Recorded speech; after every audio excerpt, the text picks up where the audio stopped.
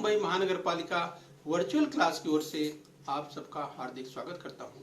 बच्चों, वैश्विक महामारी के चलते इस वर्ष पठन पाठन का कार्यक्रम प्रभावित हो रहा है। ऐसे में हमारी बृहन मुंबई महानगर पालिका ने प्रत्येक विद्यार्थी तक ऑनलाइन शिक्षण पहुंचाने की व्यवस्था की है। तो आइए बच्चों, शुरू करते हैं। सुस्वागतम बच्चों। कक्षा 10वीं में आज हम पढ़ेंगे भूगोल यानी ज्योग्राफी। तो बच्चों, ये आप देख पा रहे हैं आपकी अपनी कक्षा 10वीं की जो पाठ्य पुस्तक है भूगोल ज्योग्राफी, जो कि आप देख सकते हैं आकर्षक ढंग से बनाई गई है। तो बच्चों, कक्षा 10वीं में आज हम पढ़ेंगे जलवायु यानी क्लाइमेट। तो बच्चों, आज हम पढ़ेंगे जलवायु यानी क्लाइमेट।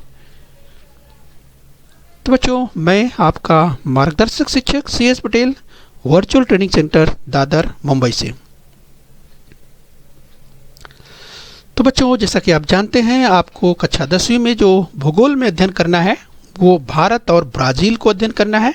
तो चलिए, दोनों देशों को अगर ध्वज की बात करें तो आप देख पा रहे हैं, फ्लैग की बात करें, ध्वज की बात करें तो बाईं ओर भारत को आप देख पा रहे हैं, भारत के ध्वज को, और दाहिनी ओर आप देख पा रहे हैं ब्राज़ील के ध्वज को।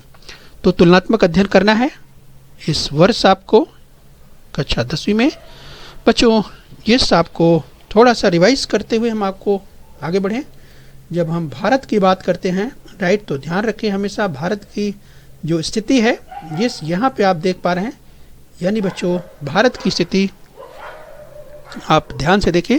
भारत जो है किस तरह से अगर बात करें तो उत्तरी गोलार्ध में है, राइट, उत्तरी गोलार्ध में है।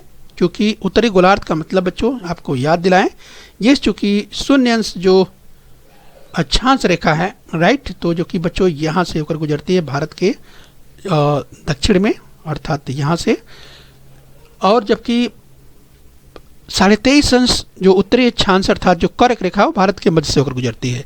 तो चूँकि शून्य अंश से ऊपर की ओर, ऊपर अर्थात उत्तर की ओर, तो भारत इसीलिए उत्तरी गोलार्ध में है। जबकि अगर बच्चों बात करें ब्राज़ील की, तो ये जो ब्राज़ील को आप देख पा रहे हैं, ब्राज़ील जो कि दक्षिणी अमेरिका जो महाद्वीप है उसमें है, राइट। भारत जबकि एशिया महाद्वीप में है, जबकि ब्राज़ील जो है वो दक्षिणी अमेरिका महाद्वीप में है, राइट। और इसमें जो इसकी स्थिति है ये जो है इसका थोड़ा सा हिस्सा जो उत्तरी है, थोड़ा सा हिस्सा इसका उत्तरी गोलार्ध में है।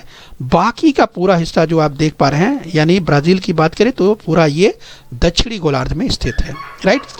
पहले इसकी हमने चर्चा की थी बच्चों। इसका लोकेशन और एक्सटेंट जो है दोनों ही देशों का आपने विस्तार से पढ़ा हुआ है इसके पहले के वीडियोज में, राइट। तो इसलिए हम ज़्यादा विस्तार यहाँ नहीं देना चाहेंगे, आपको थोड़ा सा रिवाइज करते हुए बस आगे बढ़ रहे हैं।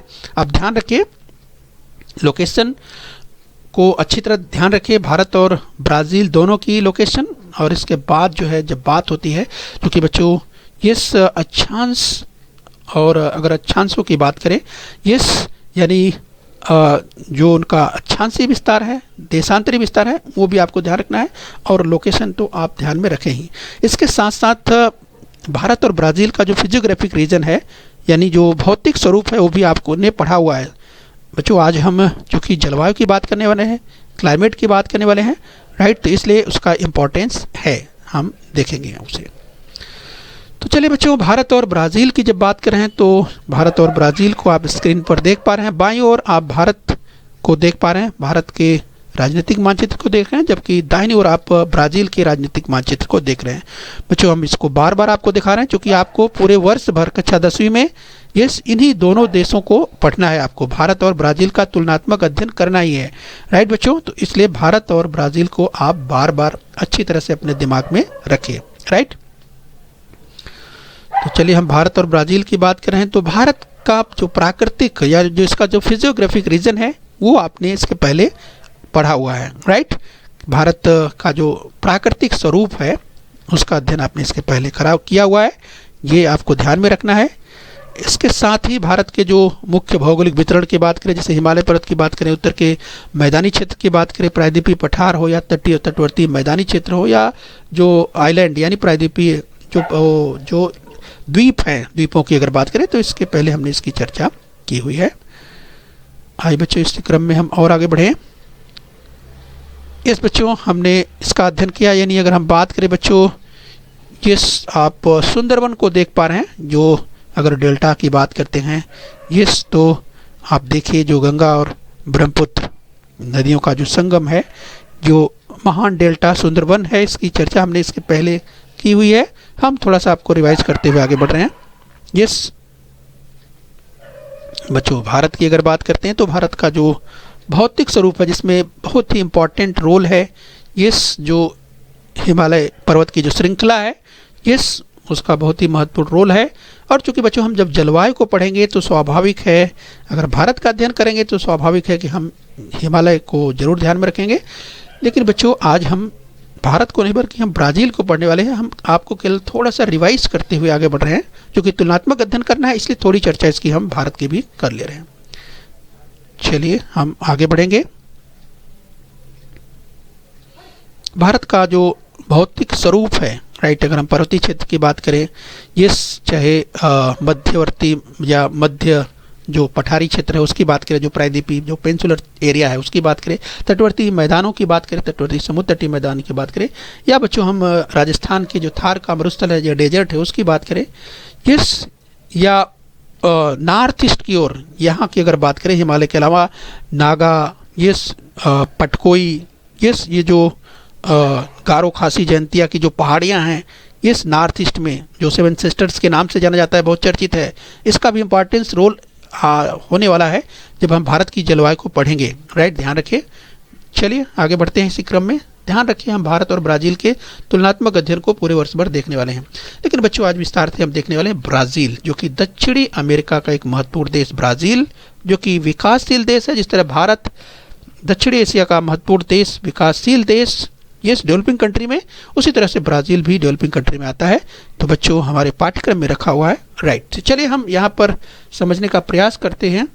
हम ब्राज़ील की बात कर रहे हैं, तो ब्राज़ील का अक्षांशीय विस्तार अधिक होने के कारण जलवायु में विविधता पाई जाती है, राइट। ध्यान रखिए बच्चों, जलवायु की अगर बात करें तो सबसे पहले बच्चों यहाँ पर जलवायु और मौसम थोड़ा सा स्पष्ट कर देते हैं आपको। जलवायु और मौसम, मौसम बच्चों, जलवायु क्या है? मौसम का एकीकरण है बच्चों। मौसम का अर्थ है जैसे दिन विशेष का तापमान की बात करें, दिन विशेष के तापमान की बात करें, वर्षा की बात करें, ह्यूमिडिटी की बात करें, आर्द्रता की बात करें, ये कुछ दिनों की बात करें, एक दिन की बात करें, 2 दिन की बात करें, एक सप्ताह की बात करें, एक वर्ष की बात करें, यस, या 2 वर्ष की या कुछ वर्ष। लेकिन बच्चों जब हम जलवायु की बात करते हैं तो जलवायु क्या कहा जाता है? मौसम का एकीकरण कहा जाता है बच्चों। 30 से 35 वर्षों का जो किसी क्षेत्र विशेष की जलवायु जो होती है और मौसम जो होता है उसका अध्ययन करने के बाद किस तरह की जो तमाम चीज़ें, तमाम का मतलब जिसमें चाहे हम तापमान को लें या वर्षा को लें, यस, या ह्यूमिडिटी को लें, या जो वेजिटेशन है मतलब प्राकृतिक वनस्पतियां हैं उनको ले, इन तमाम चीज़ों को शामिल करके ये जो कि जलवायु निर्धारित की जाती है, जलवायु वेत्ताओं के द्वारा निर्धारित की गई है। यस बच्चों, तो आइए हम ब्राज़ील का जो ब्राज़ील की जलवायु के संदर्भ में आज विस्तार से देखने वाले हैं। तो ब्राज़ील का अक्षांशीय विस्तार, जब अक्षांश की बात करते हैं, राइट, तो हम आपको थोड़ा सा यहाँ रिवाइज करना चाहते हैं एक बार फिर से। जब अक्षांशीय विस्तार की बात करते हैं तो आप जरा ध्यान से देखिए, यहाँ शून्य अंश, राइट। अब शून्य अंश क्या है? ये शून्य अंश अक्षांश रेखा यहाँ से आप देख पा रहे हैं, राइट बच्चों, ये यही है इक्वेटर, ये जो आप देख पा रहे हैं, ये चूँकि ये इक्वेटर है अर्थात यही है भूमध्य रेखा, विषुवत रेखा, तमाम नाम है इसके, चाहे शून्य अंश अक्षांश रेखा कहिए, रेखा कहेंगे, रेखा, हाँ, जब कहते हैं, जब हम 2 डायमेंशनल मतलब मानचित्र जब देखते हैं, जैसे अभी आप देख रहे हैं 2D है, 2D मतलब द्विमितीय मानचित्र आप देख पा रहे हैं, इसी को रेखा शून्य अंश रेखा वृत्त भी कहा जाता है, सर्कल कहा जाता है, क्योंकि पृथ्वी तो गोल है बच्चों, पृथ्वी तो एक रेखा के रूप में तो है नहीं, पूरा सर्कल है। यानी शून्य अंश की जब बात करते हैं तो जब ग्लोब में आप इसे देखेंगे तो एक पूरा सर्कल शून्य अंश का देखेंगे, तब हम उसे जो है 3D के रूप में देखते हैं, क्योंकि जो भूगोलक है वो क्या है, 3D के रूप में होता है, त्रिआयामी होता है, और वहाँ पर आप समझ सकते हैं कि जो शून्य अंश की बात करते हैं पूरा एक सर्कल होता है। इसलिए जब हम मानचित्र में जब हम ऐसे दिखाते हैं तो हम एक रेखा के रूप में भले ही कह देते हैं, राइट। तो बच्चों ये कॉन्सेप्ट आपको दिमाग में होगा, क्योंकि आप पहले से आपने छठी में, सातवीं, आठवीं, तमाम पिछली कक्षाओं में आपने भूगोलक के बारे में, ग्लोब के बारे में अध्ययन किया हुआ है, तो कोई संदेह नहीं होना चाहिए, राइट। तो चलिए हम आगे समझते हुए बढ़ेंगे। तो हम अक्षांश की बात करते हैं। अक्षांशीय विस्तार की जब बात करते हैं, राइट, तो ये अक्षांशीय विस्तार शून्य अंश से, जैसे देखिए अक्षांशीय विस्तार, राइट। अब शून्य अंश के बाद आप बढ़ेंगे 1 अंश, 2 अंश, 3 अंश, 4, 5, 6, ऐसे आप बढ़ते जाएंगे। यहाँ पर देखिए 23 लिखा हुआ है, राइट। तो आप 23 देखिए, 23 अंश अर्थात ये मकर रेखा तक आप पहुँच गए हैं, राइट। क्योंकि शून्य अंश से दक्षिण में आप बढ़ते हैं, 23.5 अंश जो ये यहाँ पर आप देख सकते हैं, 23.5 अंश जो दक्षिणी अक्षांश पर आप पहुँचते हैं तो आपको मकर रेखा मिलती है। ये मकर रेखा या मकर वृत्त भी कहते हैं, राइट। अब उसके नीचे आप देखिए, इसके और नीचे आप आते हैं तो आपको यहाँ तक जो है इसका अक्षांशीय विस्तार दिखाई देता है। यानी ब्राज़ील जो है बच्चों, वह ध्यान से समझिए, ये उत्तरी गोलार्ध यानी उत्तरी गोलार्ध से शुरू होता है और दक्षिणी गोलार्ध तक, यानी उत्तरी गोलार्ध में तो थोड़ा इसका है ही, ये उत्तरी हिस्सा इतना है ही, आपने लोकेशन में इसे समझा हुआ है, और दक्षिणी गोलार्ध में यहाँ तक है। तो ये जो अक्षांशीय विस्तार की बात करते हैं, राइट, तो इस तरह से इसका जो अक्षांशीय विस्तार, अक्षांश रेखाएं 23 रूप होती है, लेकिन इसका अक्षांशीय विस्तार अधिक है भारत की तुलना में। जब भारत को हम पढ़ेंगे तो आपको वहाँ भी बताएंगे कि किस तरह से ये अंतर है। तो ब्राज़ील का अक्षांशीय विस्तार अधिक होने के कारण जलवायु में विविधता पाई जाती है, राइट। अब इसकी जलवायु में जो है विविधता पाई जाती है। जैसे भूमध्य रेखा के पास उष्ण, अब जरा ध्यान दीजिए, जब हम भूमध्य रेखा की बात कर रहे हैं, ये तो यहाँ पर यही है जो गोला हमने बनाया है, यही है भूमध्य रेखा, राइट, इक्वेटर जिसे कहते हैं, विषुवत रेखा, विषुवत वृत्त जिसे कहते हैं। तो इसके पास उष्ण यानी हॉट, यहाँ पर जो इसकी जलवायु, बच्चों आपको ध्यान होगा कि जो भूमध्य रेखा की बात करते हैं, इक्वेटर की बात करते हैं, यहाँ से लेकर के ये 5 से 10 अंश, चाहे उत्तरी गोलार्ध की बात करें, चाहे 5 अंश से 10 अंश दक्षिण गोलार्ध की बात करें बच्चों, ये जहाँ पर अगर उष्णता की बात करें, गर्मी की बात करें, ये बच्चों तो जो बेल्ट है, वो जो क्षेत्र है, ये बच्चों जहाँ पर पूरे साल भर यानी गर्मी पड़ती रहती है। ये वैसे तो सूर्य का भासमान जो भ्रमण है बच्चों, वो 23.5 अंश उत्तरी अक्षांश अर्थात कर्क वृत्त से लेकर के दक्षिण की ओर मकर वृत्त 23.5 अंश दक्षिणी अक्षांश तक सूर्य का भासमान भ्रमण होता है।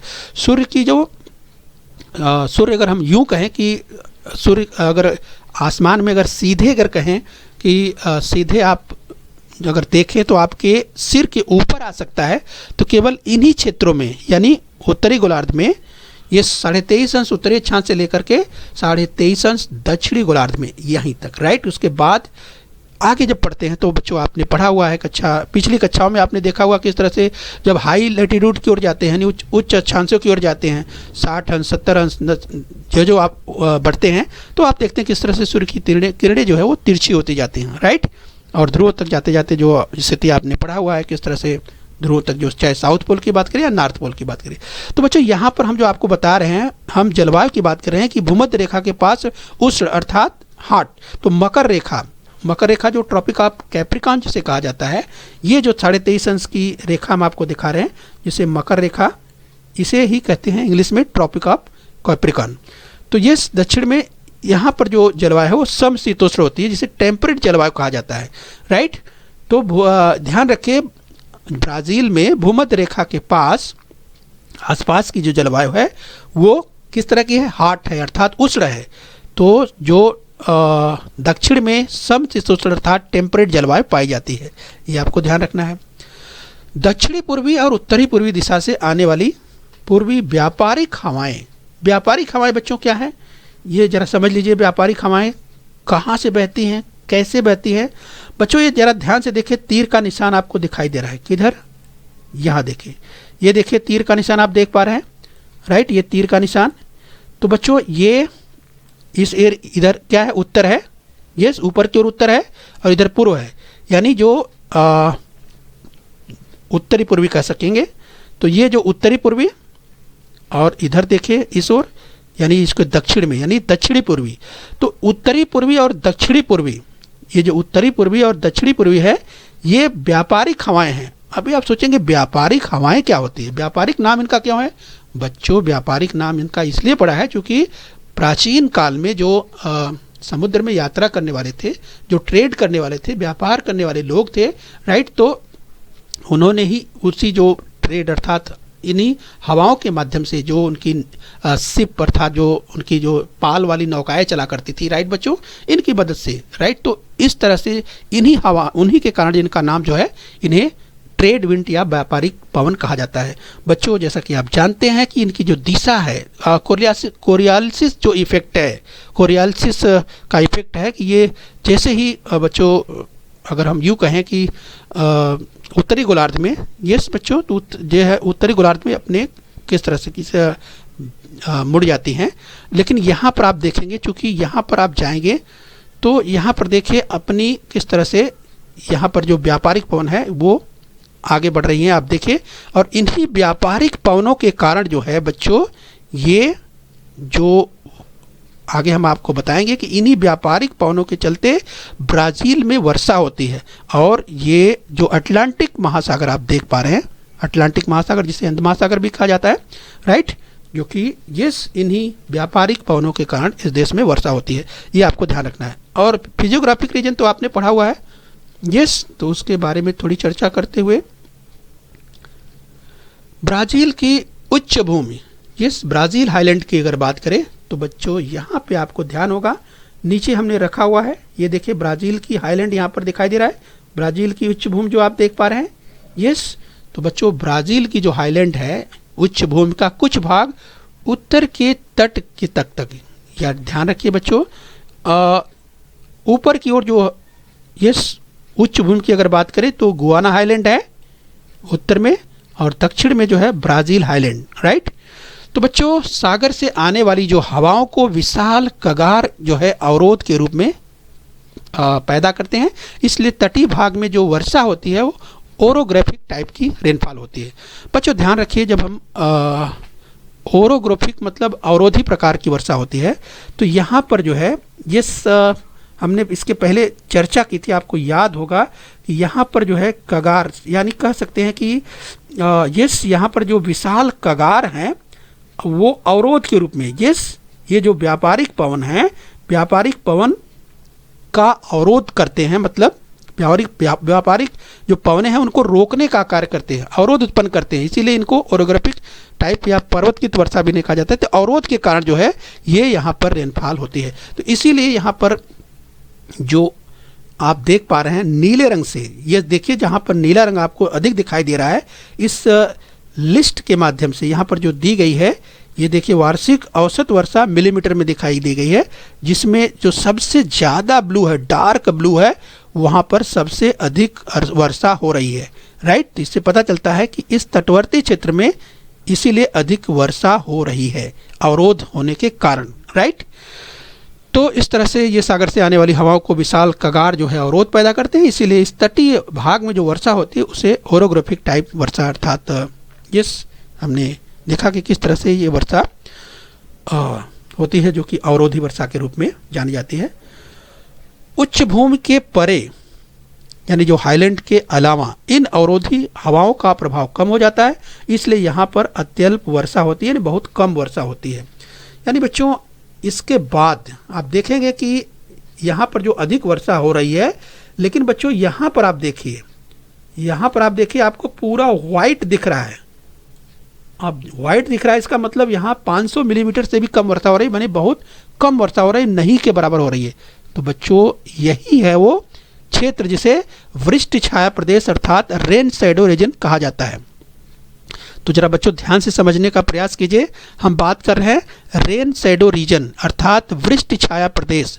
अब आपको समझ में आ जाना चाहिए कि आखिर में यहाँ पे वर्षा क्यों नहीं हो रही है, क्योंकि जो वर्षा जो ट्रेड विंड्स हैं वो तो तटीय क्षेत्रों में ही कर दे रही हैं, तो जब उस पार आगे बढ़ती हैं यस, तो ऐसे में उनके उसमें जो है नमी की मात्रा अर्थात वर्षा की मात्रा नहीं के बराबर होती है और इसीलिए वर्षा नहीं कर पाती है। तो ये पूरा क्षेत्र वृष्टि छाया प्रदेश में आ जाता है, रेन शैडो रीजन के रूप में जाना जाता है। तो ये पूर्वोत्तर दिशा में पाया जाता है और इस शुष्क प्रदेश को अनावृष्टि चतुर्भुज यानी ड्राफ्ट क्वाड्रिलेटरल कहा जाता है। बहुत ही महत्वपूर्ण है, परीक्षा में अक्सर पूछा जाएगा, राइट, कि ये अनावृष्टि चतुर्भुज कहाँ है, ये ड्राफ्ट क्वाड्रिलेटरल कहाँ है। तो क्यों है इसके बारे में भी पूछा जा सकता है, कहाँ है ये भी पूछा जा सकता है। तो आगे हम प्रश्न लेने वाले हैं, राइट। तो ये आप ध्यान रखिए, अनावृष्ट चतुर्भुज यही है, राइट। एक चतुर्भुज के रूप में फैला हुआ है, इसीलिए इसका नाम अनावृष्ट चतुर्भुज रखा गया है, यहाँ पर ध्यान रखना है। चलिए आगे बढ़ेंगे। तापमान के संदर्भ में ब्राजील का उत्तरी प्रदेश उष्ण है, राइट। अब उत्तरी प्रदेश उष्ण है, जैसा कि नाम से ही स्पष्ट है बच्चों, चूंकि यहाँ पर इक्वेटर है। और बच्चों आपको याद होगा इक्वेटर पर तो कन्वेंशनल जो है, यानी जो कन्वेंशनल का मतलब संवहनीय वर्षा जिसे कहते हैं, राइट बच्चों। यहाँ पर संवहनीय वर्षा होती है, क्योंकि यहाँ पर जो हवाएं हैं वर्टिकल ऊर्ध्वाधर, क्योंकि ये बच्चों यहाँ पर खूब गर्मी पड़ती है, पूरे साल भर गर्मी पड़ती है। तो यहाँ की जो इक्वेटर की हवा होती है ना, क्या होती है, वर्टिकल, सीधा ऊपर उठती है। और बच्चों जब सीधा ऊपर उठेगी तो उस जगह खाली होगी, तो उसका जो स्थान भरने के लिए आसपास की हवाएं आती है, राइट। तो इसीलिए यहाँ पर जो है कन्वेंशनल रेन होती है, संवहनिक वर्षा होती है, और बहुत तेज वर्षा होती है। ये मूसलाधार वर्षा कह सकते हैं होती है, इसीलिए इस क्षेत्र में हम बात इक्वेटर की कर रहे हैं। तो बच्चों यहाँ पर ध्यान रखना है कि ऐसा यहाँ भी है, जो इस इक्वेटर का क्षेत्र यहाँ भी है, यहाँ। और चूँकि वो उष्ण यानी जो ट्रॉपिकल एरिया की बात करते हैं, उष्ण कटिबंधीय क्षेत्र की बात करते हैं, तो ब्राज़ील का उत्तरी जो प्रदेश है वो उष्ण है। तो दक्षिण का जो प्रदेश है उसकी तुलना में कम है, यानी वहाँ पर गर्मी जो है कि कम पड़ती है, दक्षिण के प्रदेश की बात करें। इसे आप समझने के लिए यहाँ पर जो विविधता की बात करें, तो यहाँ पर आप देख सकते हैं इसमें टेम्परेचर अर्थात तापमान दिया हुआ है। अब जरा यहाँ पर देखिए तापमान, जरा देखिए यहाँ पर आप देखिए, ये देखिए 28 अंश सेंटीग्रेड की आप एक देखिए रेखा आपको दिखाई दे रही है, इसे आइसोथर्म के रूप में आप देखिए 28 अंश सेंटीग्रेड की यहाँ पर रेखा आपको देखिए, यानी यहाँ भी देखिए 28 अंश सेंटीग्रेड, यानी कि जो समताप रेखा आपको दिखाई दे रही है, ये यहाँ भी आपको 28 अंश सेंटीग्रेड तापमान की। लेकिन यहाँ देखिए आप ज्यों ज्यों दक्षिण की ओर बढ़ रहे हैं आपको तापमान कम दिखाई देगा। यहाँ 23 देखिए, यहाँ भी आपको 23 दिखाई दे रहा है। लेकिन यहाँ देखिए आपको तो 18 अंश सेंटीग्रेड तापमान की रेखा दिखाई दे रही है, यहाँ भी देखिए 18 की। यानी ज्यों ज्यों आप दक्षिण की ओर आ रहे हैं ब्राज़ील में, तो आपको तापमान कम दिखाई दे रहा है। और ज्यों ज्यों आप इक्वेटर की ओर, विषुवत की ओर बढ़ रहे हैं, तो आपको तापमान अधिक दिखाई दे रहा है, जो कि आप कारण आप इसका जानते हैं, राइट। तो ये अपने दिमाग में आपको रखना है कि राइट। तो इस तरह से बच्चों इसे ध्यान रखना है, और इसी के आधार पर ऋतुओं में विविधता भी पाई जाती है। ब्राज़ील के तटीय भाग में भूमध्य रेखा के पास तापमान में कुछ अधिक अंतर नहीं पाया जाता। इस ब्राज़ील के जो तटीय भाग की बात करें, जिसको भूमध्य रेखा के पास, इक्वेटर के पास की एरिया की बात करें, वहाँ तापमान में कुछ अधिक अंतर नहीं पाया जाता।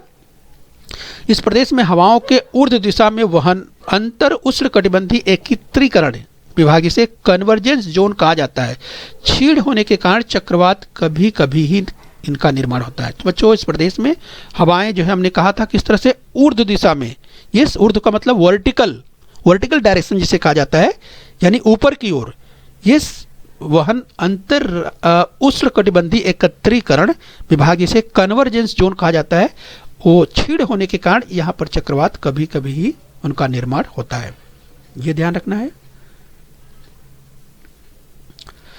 बच्चों। इस भाग में हवा का तापमान अधिक होता है। इस अमेजन के मैदान में औसत तापमान 25 से 28 अंश सेंटीग्रेड होता है।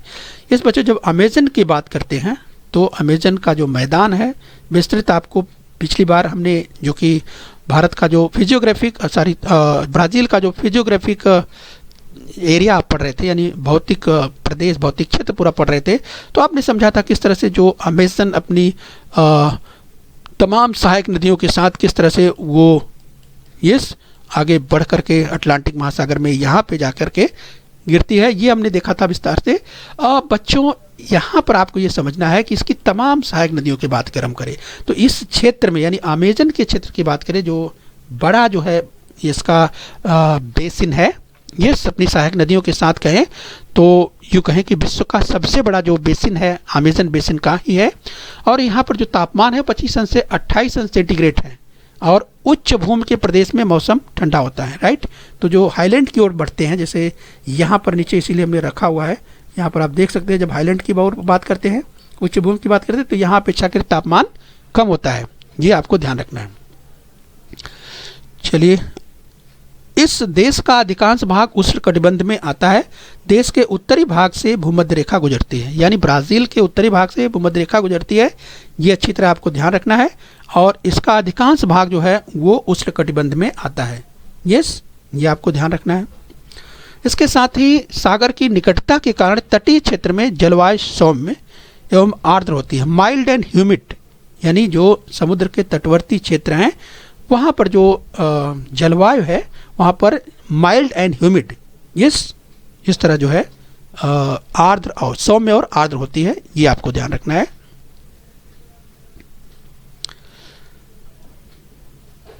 आइए बच्चों, हम यहाँ समझने का प्रयास करते हैं। जरा ध्यान से देखिए, क्रॉस सेक्शन ऑफ ब्राज़ील्स फिजियोग्राफी। इसे अगर आप पूरी तरह से समझ लेते हैं तो पूरा जो ब्राज़ील की जो प्राकृतिक संरचना का कार्ड, जिसे प्रतिच्छेदन कहा जाता है, जिसे क्रॉस सेक्शन इंग्लिश में कहा जाता है, वो आप समझ लेंगे। अब आप समझिए किस रूप में आप समझेंगे। सबसे पहले आप समझिए कि ये किस ओर से किस ओर दिया हुआ है। यानी बच्चों, ये एंडीज पर्वत से शुरू होकर के, ये जो दिया हुआ है एंडीज पर्वत से शुरू होकर के इस ओर, अर्थात विशाल कगार, ये जो विशाल कगार की हम बात कर रहे हैं, यानी अटलांटिक महासागर की ओर, यानी दक्षिण की ओर। तो यानी ये उत्तर का हिस्सा है और ये दक्षिण का हिस्सा है, यानी इस रूप में। इसे कैसे आप देखेंगे, यहाँ आप देखिए, यहाँ देखिए जो एंडीज की हम बात करें, यहाँ जो एंडीज लिखा हुआ है, तो एंडीज जो है एक्चुअली देखिए वेनेजुएला, यहाँ देखिए वेनेजुएला है ना, राइट। और जबकि ब्राज़ील तो यहाँ से शुरू होता है, राइट। ये जो गियाना की उच्च भूमि की हम बात कर रहे हैं, ये वाला हिस्सा, चलिए यहाँ के समीप है इसलिए यहाँ पर दे दिया हुआ एंडीज पर्वत, चलिए उसे समझ सकते हैं। लेकिन बच्चों ये ध्यान रखिए यहाँ पर, तो यहाँ से एंडीज पर्वत की पूरी श्रृंखला है। आप देखिए दक्षिणी अमेरिका महाद्वीप में पश्चिम तरफ देखिए एक पूरी श्रृंखला है एंडीज पर्वत की।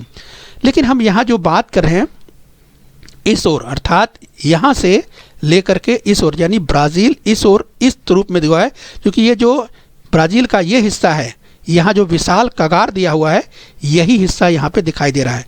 यानी ये जो क्रॉस सेक्शन जो दिया हुआ है इस रूप में दिया हुआ है। किस रूप में, ऐसे, राइट। इसे इस रूप में जो दिया है इसे आप ऐसे समझना है आपको, तब आप समझ सकते हैं। यानी कहाँ से शुरू होता है, एंडीज से शुरू होता है, राइट। तो यहाँ पर आप क्या क्या देखेंगे, यहाँ पर आप देखेंगे जो ध्यान से आप देखिए कि यहाँ से जो तापमान है, जहाँ पर अगर हाइट है, ऊंचाई है, तो ऊंचाई पर स्वाभाविक है कि तापमान कम होगा। यहाँ पर 21 अंश सेंटीग्रेड है। लेकिन जैसे ही मैदानी क्षेत्र शुरू होता है, तापमान देखिए 28 अंश सेंटीग्रेड, यानी अमेजन का जो मैदान है आप देख सकते हैं, वहाँ तापमान आपको 28 अंश। हम तापमान को देख लेते हैं, इसके बाद हम वर्षा को देखते हैं, राइट। तो सबसे पहले तापमान को समझ लीजिए। फिर देखिए पराना और पराग्वे नदी का जो मैदानी क्षेत्र है, वहाँ पर देखिए आपको तापमान कम मिलता है, राइट। ये आप देख सकते हैं। इसके अलावा, राइट, तो आप देखिए यहाँ पर ब्राज़ील की जो उच्च भूमि है, यहाँ पर 23 अंश सेंटीग्रेड तापमान, और यहाँ पर देखिए आपका जो तटीय प्रदेश है, यहाँ पर आपको 27 अंश या उससे थोड़ा कम तापमान यहाँ पर आपको दिखाई दे रहा है। ये तो आप देख पा रहे हैं तापमान को। लेकिन बच्चों अगर वर्षा की बात करें, वर्षा जो कि मिलीमीटर में दी जाती है, राइट, यहाँ पर देखिए दिया हुआ है। यहाँ पर देखिए इस क्षेत्र में 1600 मिलीमीटर वर्षा हो रही है। यहाँ पर देखिए अमेजन नदी का जो मैदानी क्षेत्र है 2000 मिलीमीटर वर्षा हो रही है। पराना पराग्वे नदी के मैदानी क्षेत्र में 1500 मिलीमीटर वर्षा, इस रूप में आपको समझना है। और ब्राज़ील की उच्च भूमि है, यहाँ पर देखिए जो वर्षा है वो 600 मिलीमीटर, यानी बहुत ही कम होती है। और तटीय प्रदेश में थोड़ा उससे ज़्यादा वर्षा 1200 मिलीमीटर वर्षा होती है। और बच्चों ये जो दी गई है, राइट, ये क्या है, ये आप देखिए ध्यान से, ये हाइट दी गई है, ऊँचाई, राइट, ये आपको देखना है ऊंचाई के रूप में जो दिया है, ये जो स्केल है। और इधर वृष्टि दिया है, यानी मिलीमीटर में। ये जो ब्लू कलर से आप देख पा रहे हैं, ये जो ब्लू कलर में आप देख पा रहे हैं, ये वर्षा है। वृष्टि का मतलब प्रेसिपिटेशन या रेनफॉल कहते हैं, ये मिलीमीटर में दी गई है, राइट। तो इस तरीके से बच्चों आपको ध्यान रखना है। अब यहाँ पर नीचे की ओर आ जाइए। अब हम आपको ये बताने का प्रयास करते हैं। ये नीचे देखिए ब्राज़ील का पूरा, यानी ब्राज़ील कहाँ से शुरू होता है, 5 अंश 11 मिनट उत्तरी अक्षांश से शुरू होता है, राइट। और कहाँ तक दिया हुआ है, 25 अंश 24 मिनट दक्षिणी अक्षांश तक। ये जो पूरा सेक्शन है ये देखिए। अब 0 अंश, राइट, 0 अंश अर्थात यहाँ इक्वेटर है। जैसा हमने कहा था, क्योंकि ब्राज़ील तो दोनों ही गोलार्ध में है, तो ये उत्तरी गोलार्ध से शुरू होकर के दक्षिणी गोलार्ध तक एंड होता है। तो ये अब देखिए दूरी दिया है जैसे 400 किलोमीटर। फिर यहाँ पर देखिए 1200 किलोमीटर।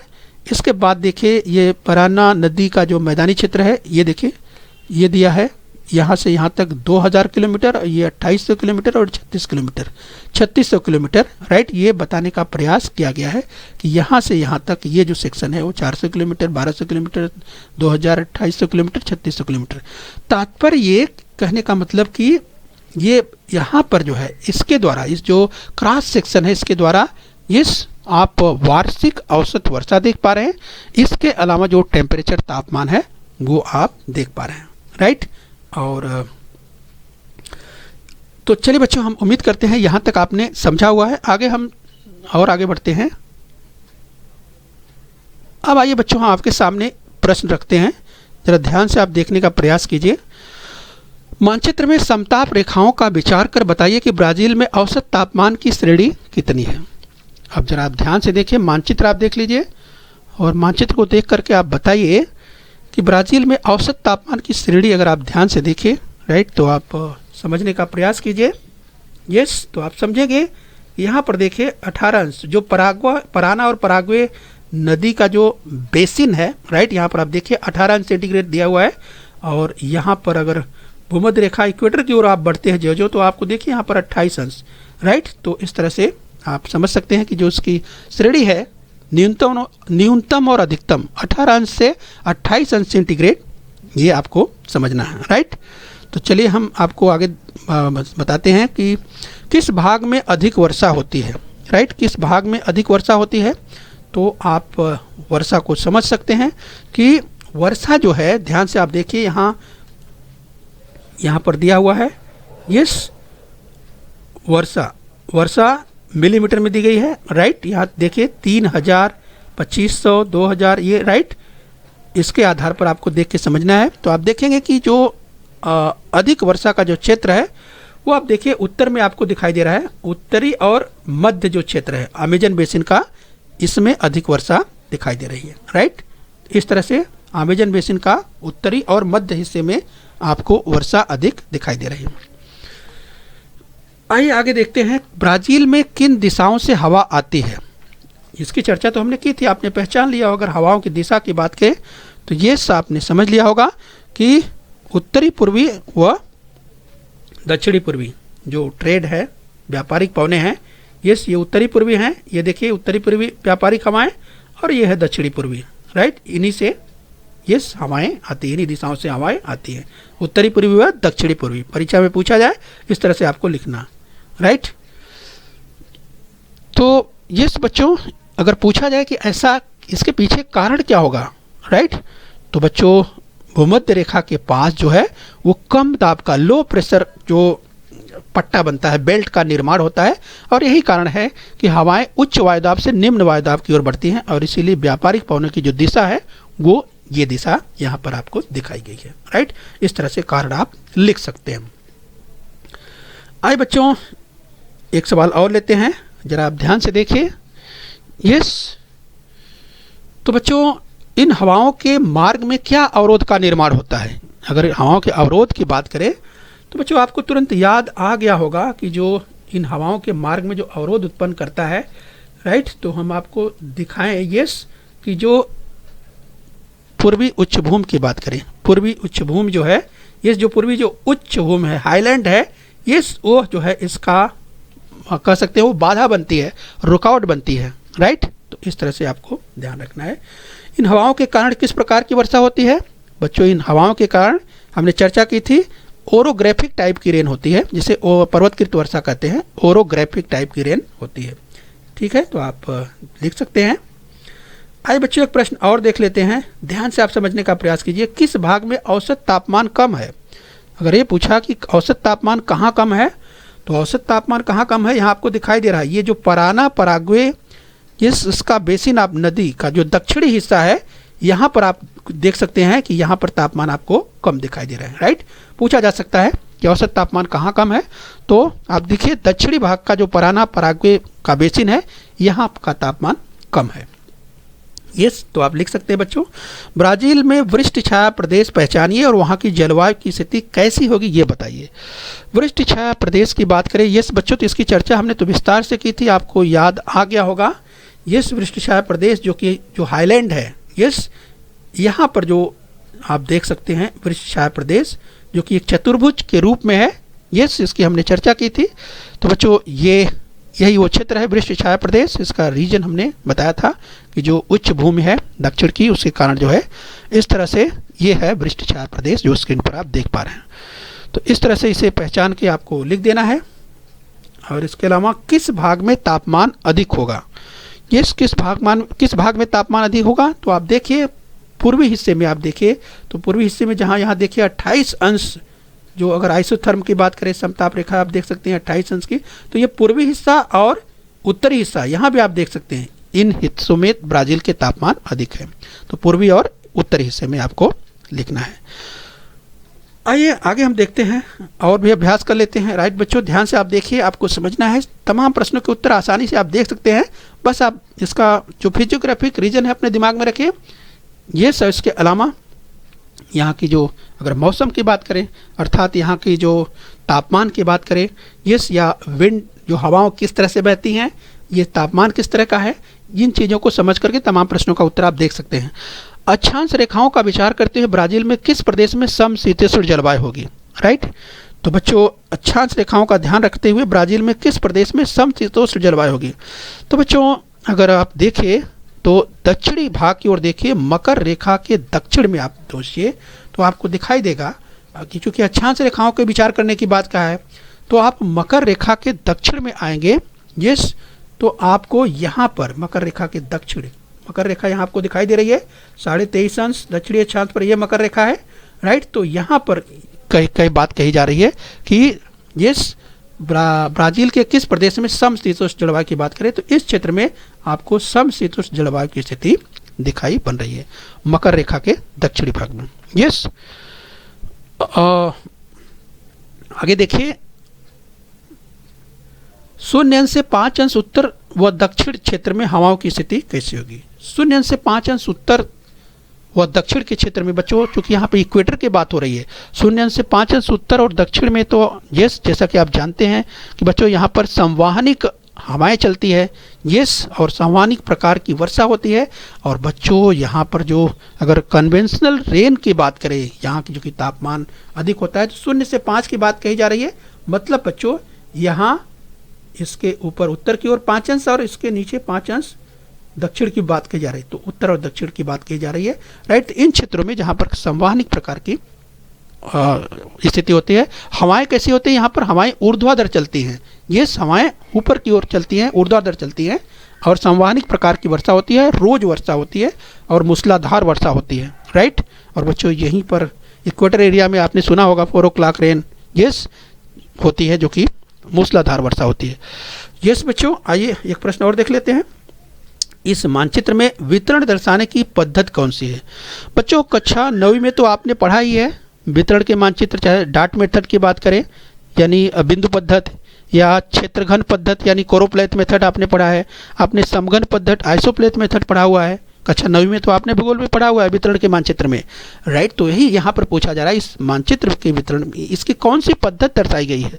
तो बच्चों ये देखिए, अगर तापमान की बात करें, जो टेम्परेचर है वो आइसोप्लेथ मेथड से दर्शाया गया है। जो तापमान टेम्परेचर आप देख पा रहे हैं, राइट, ये आइसोप्लेथ अर्थात यहाँ देखिए समताप रेखा के द्वारा बताया गया है। ये देखिए 28 अंश की समताप की रेखा है। राइट, ये 28 की यहाँ आप देख पा रहे हैं। यस, ये 23 की आप देख पा रहे हैं, ये 18 की देख पा रहे हैं। ये मेथड जो है आइसोप्लेथ मेथड कहा जाता है, समताप रेखा के द्वारा दिखाया गया है। और अगर वर्षा की बात करें, यहाँ पर जो वर्षा दिखाई दे रही है, दो चीज़ें हैं यहाँ पर देखिए। एक तो तापमान आपने देखा, वर्षा जो है यहाँ पर दी गई है, ये किस आधार पर दी गई है ये आप देखिए, तो इसको आपको कोरोप्लेथ मेथड पर दिखाया गया है। और कोरोप्लेथ मेथड क्या होता है, कोरोप्लेथ मेथड मतलब क्षेत्रघन पद्धति के द्वारा दिखाया गया है।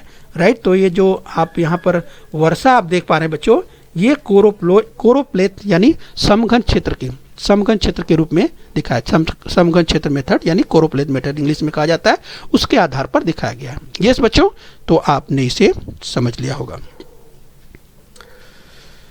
अब आइए बच्चों हम जल्दी से अभ्यास कर लेते हैं।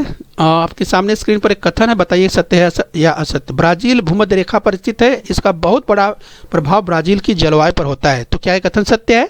तो बच्चों आपने बहुत ही आसानी से समझ लिया होगा, यस ये कथन बिल्कुल सत्य है।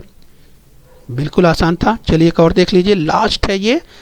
तो चलिए, कथन सत्य है या असत्य बताइए। ब्राज़ील में दक्षिणी पश्चिमी हवाओं के कारण बहुत वर्षा होती है।